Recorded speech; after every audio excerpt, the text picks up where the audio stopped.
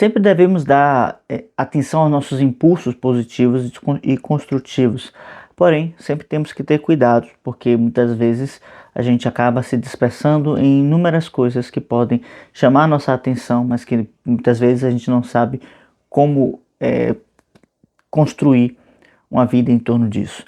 Isso é um problema que eu estou relatando como um problema de ordem, mas que ele só aparece na medida em que nós vamos querendo construir algo positivo em nossa vida. E muitas vezes a gente acaba se desagregando em muitos pedaços, né? Como nós setorizamos demais a nossa vida em vários elementos: trabalho, família, religião, hobbies, que inclusive não tenha hobbies, né? E qualquer outra coisa do tipo. Mas a gente não consegue ter uma construção de uma vida com um sentido claro. Vamos então falar um pouco sobre isso, né? Eu acho que vamos dizer, essa pira, talvez esse foco em saber dominar várias coisas, vem muito pelo resgate que se teve nessa última década, né, de 2010 para 2020, dos polímatas, né, dos homens geniais que tinham muitas habilidades, e com isso se vende muitas biografias e coisas que falem sobre a vida desses grandes homens, desses grandes seres que criaram muitas coisas, né, muito inventivos, e que são extremamente habilidosos em praticamente todas as habilidades que se meteram a fazer. Isso é muito visível na vida de Leonardo da Vinci, porém a gente pode ver vários exemplos desse tipo, né? Eu tenho aqui um livro de Robert Fludd, né, que fala também sobre música, né? Ele era músico, mas também tinha sua formação em vários outros ramos, né? Um deles sendo a medicina, né? Então havia uma formação, uma busca por um desenvolvimento muito integral, né? Vamos dizer assim, até mais ou menos o século XIX, né? Onde você percebia, por exemplo, de que uma profissão, alguém que aprendia uma profissão e desenvolvia maestria sobre isso, sabia fazer inúmeras coisas a esse respeito, né? Um exemplo muito comum disso, o próprio Bach, né, que fazia uma série de elementos, uma série de coisas, né, mas não só era multi-instrumentista, que era algo relacionado à sua profissão, escrevia e regia, né, e, enfim, mas tinha também que saber uma série de outras habilidades que relacionadas à vida, né, do mestre de capela, e dar manutenções nos equipamentos da igreja, a saber afinar e dar manutenções simples nos instrumentos de órgão e cravos. Isso tudo era muito comum para a formação do músico, né, naquela época, como você vai ter uma concepção não somente prática da música, como também uma concepção filosófica. Tudo isso estava meio que junto ali, né? E justamente esse resgate acaba nos trazendo essa nova visão, né? Como se, para que a gente alcance um real conhecimento, uma real sabedoria, a gente precisa então se dedicar a uma série de coisas que são muito interessantes, mas que em última instância a gente não tem uma consciência de para que cada uma delas, né? Então, assim, o que a gente está confundindo? A gente está confundindo o resultado como o próprio meio de construção do indivíduo. Então, assim, se existe um Leonardo da Vinci, se existe um Bach, se existe qualquer um desses gênios que eram multiversados em várias coisas, isso é o resultado de uma formação muito profunda, né, na alma do indivíduo, tá? E não o contrário. Os elementos que a gente aprende, as ferramentas, as aptidões que a gente aprende, a linguagem que a gente desenvolve, e com isso aprende a determinar certos significados, certas categorias vão se amadurecendo em nossa alma. Tudo isso é o que faz com que a gente consiga desenvolver essas várias habilidades, né? Peraí, o contrário. O que eu estou querendo dizer é que o despertar da alma do indivíduo é que faz com que se desenvolva as habilidades. Então, há uma construção de dentro para fora, tá? O que não quer dizer que tudo, né, o que nós devemos começar através de uma filosofia. Um minuto. Quase espirrei. O que não quer dizer que a gente deva começar a ensinar através da filosofia, porque a filosofia envolve uma certa Agora foi. Desculpe. É uma certa observação prática da vida que necessita que a gente vá aprendendo certas coisas mais pontuais. E sim que a gente precisa aprender a colocar a filosofia em todas as coisas, né? Então, no caso, eu já falei com vocês aqui, por exemplo, das fronteiras da técnica de Gustavo Corsão, que ele dá exemplo de várias máquinas, né, de vários elementos, e como a gente pode aplicar a filosofia, uma visão mais filosófica a essas máquinas, por exemplo, né?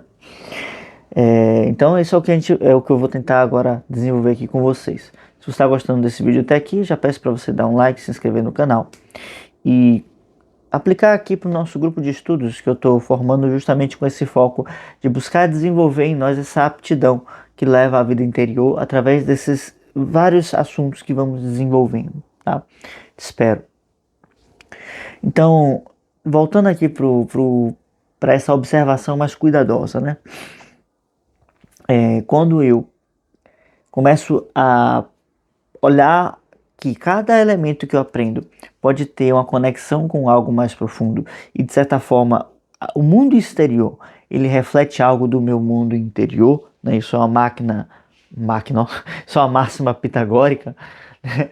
Onde essa máxima vai dizer que a alma do mundo, né, tem a mesma medida, e com medida entenda a proporção, né? Ou seja, ela é constituída da mesma proporção. Como assim? Se eu faço um triângulo retângulo, né, todos se devem saber que o triângulo retângulo é sempre um múltiplo, né, de 3, 4 e 5, tá? Ele é sempre um múltiplo desses números. Se você vai multiplicando esses números, vai dar sempre alguma relação entre 3, 4 e 5, tá? Em suas arestas. E é como se esse triângulo existisse uma versão pequena dentro do ser humano e existisse uma versão ampliada dentro do universo, né? A mesma coisa para as filosofias antigas, para essas antigas concepções e até religiões, o mundo ele não era constituído como grandes ou pequenos, mas através de princípios. E os princípios eles podem ser enxergados de toda a forma, né? Por exemplo, se você tem a água ela mantém as suas propriedades estando numa poça d'água ou no oceano, né? É claro que as propriedades elas são mais perceptíveis quando nós temos uma maior quantidade, vamos dizer assim. Então, sempre se trabalhou dessa forma, através de uma espécie de pensamento analógico, onde eu observo o mundo ao meu redor, o mundo exterior, e por ele ter essa quantidade, né, uma maior quantidade, uma maior densidade de matéria, e que existem esses mesmos princípios, é mais fácil de perceber o que se passa no mundo exterior e mais difícil de perceber o que se passa no mundo interior. Então, vamos pensar o seguinte: quando a gente observa o dia a dia, existem dias que são ensolarados, outros dias que são mais nublados. À medida em que eu vou vivendo a minha vida, eu vou percebendo que eu vou também, a minha alma acompanha esses movimentos. Então, certos dias eu estou mais triste, certos dias eu estou mais alegre, mais contente. Então, nossa, vocês percebem que eu estou meio ruinzinho, né? Minha Nossa Senhora. Mas vamos lá. Para terminar aqui, tá perto de acabar. Se eu percebo então o mundo exterior como essa extensão, né, da minha alma, e vice-versa, eu vou percebendo também que, à medida em que o ambiente tem uma reação ou se modifica, eu também sinto esse impacto dentro de mim. Eu também fico meio mal, meio moroso, meio mais enérgico, tá? Isso para tudo, tá? Então, assim, quando eu vou começando a me interessar por alguma atividade, essa atividade por ela mesma já tem uma razão de existir, uma causa final, uma finalidade. E se eu me interessei por essa atividade, sei lá, falo muito de piano aqui, né? Mas vamos dizer de jardinagem, né? Se eu me interessei por essa atividade tem uma forma, né? Uma certa conformação ideal que nos dá certos elementos que, que podem ser assimilados para nós. Na medida em que vamos, então, conhecendo a jardinagem, vamos então também conhecendo sobre nós mesmos, né? Porque se você se interessou por essa atividade é porque algo sobre você, né, sobre a sua própria alma, você viu refletido ali. Isso para tudo, tá? Então, na música é fácil de entender porque a música trata com harmonia, né? E a harmonia se trata de colocar as coisas ajustadas, acordadas, bem relacionadas, tá? E então, se eu me interessei pela harmonia das duas, uma, ou eu amo a harmonia e quero modificar a harmonia das coisas, ou porque eu sou muito harmônico e estou querendo estar junto desta harmonia, ou eu estou percebendo aqui um contraste, né, que a minha alma está muito bagunçada e logo eu quero harmonizá-la através da música, né? Então, os antigos já falavam muito sobre isso, geralmente é a segunda opção, tá? A gente está meio bagunçado, meio perdido, a gente vê na música, a gente percebe na música uma forma de ajustar a nossa alma, de conformar certos impulsos, tá? Então, isso para todas as coisas, né? Para todas as atividades a gente vai perceber algo assim. Então, uma atividade que envolva muitas medidas, muitas dimensões, muitos ajustes, quer dizer, a alma está precisando medir, está precisando saber tomar proporções, né? Conseguir fazer relações e adaptações, né? Como coisas que trabalhem com montagens, marcenaria e projeções como um todo. Talvez a jardinagem esteja falando de uma espécie de cultivo, né? Tirar o que não presta e assimilar o que é bom, né? Tudo isso, de certa forma, vai falando com alguma necessidade que nós temos, que precisamos descobrir, porque isso está falando da nossa alma, tá? Tá, beleza. Aí fiz toda essa volta, todo esse caminho para chegar aonde? Para chegar em que se vamos toda hora seguindo um impulso, uma paixão, um hobby diferente, a gente se perde nesse redemoinho de oferecimentos, sei lá, de ofertas, e a gente acaba ficando sem saber o que vamos construir da vida. E também, né, de forma mais prática, a gente acaba não aprendendo a fazer nada direito, tá? E fica se tornando um eterno bom em nada, né? Ou um conhecedor de prólogos de livros, né? Por algum tempo eu comecei a ficar assim, né? Eu pegava um livro, eu lia um prefácio, um prólogo, mais umas 5 páginas e depois ia para outro livro, né? E por uma questão de curiosidade que eu precisava sanar naquela época que ainda bem, né? Já parou, mas que a curiosidade te leva até um certo ponto, mas você vai precisar depois quebrar isso, quebrar essa inércia, né?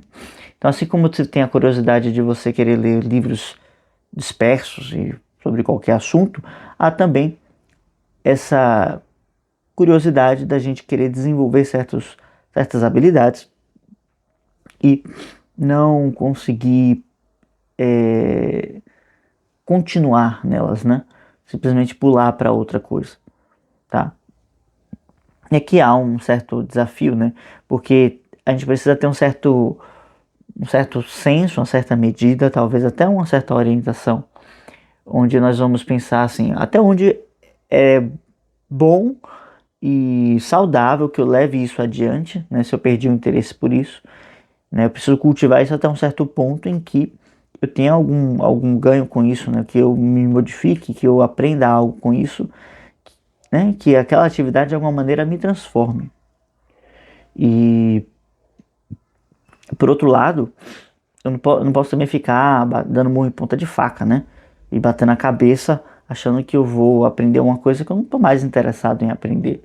Então há que ter esse equilíbrio, porque a gente não deve também largar as coisas assim simplesmente por sem qualquer razão aparente, né? Ou razão necessária, sem terminar o que a gente começou, porque isso é um vício que é muito nocivo e a gente deve aprender desde logo a perceber qual é o momento que vamos dizer assim, apostar mais em naquilo, né? E qual momento nós devemos soltar, né? Eu estou passando por um momento assim de aprender o que é que eu vou soltar na vida, aprender a, a focar nas coisas que eu vou realmente levar para frente, levar adiante, né? Acho que eu já me aventurei em coisas demais, né? Em interesses demais, e algumas outras coisas que eu realmente queria fazer não levei para frente, né? Caí nessa dispersão. Então, esse apaixonamento que nós vamos tendo pelas coisas, em vez de ter uma inspiração ou uma veia desses polímatas antigos, está muito mais ligada por uma certa paixão que nós temos pelas coisas que nos levam à dispersão. Essa dispersão, não vou lembrar agora a etimologia, mas está justamente relacionado com esse soltar, né, de si mesmo, né? Dispersão eu não me lembro, mas eu lembro de diversão, que é virar para diversas direções, né? Divertir, ou seja, divertere, né? De estar de diversos lados. Então, da mesma maneira, essas coisas estão relacionadas, né, em alguma medida. E justamente precisamos aprender a deixar que as coisas passem pelo teste do tempo, nesse caso, né? Vou manter algumas atividades por algum tempo, né? E algumas eu vou realmente desenvolver um certo apreço por elas, e até uma certa habilidade, um certo talento. E outras, na verdade, eu insisto porque, sei lá, sou muito teimoso, não quero desistir e dizer que não consegui, né? Então, antes da gente ficar pulando de tarefa em tarefa, é necessário olhar para dentro e se perguntar: o que é que eu vim fazer no mundo, né? É uma resposta que está relacionada à nossa vocação de alguma maneira.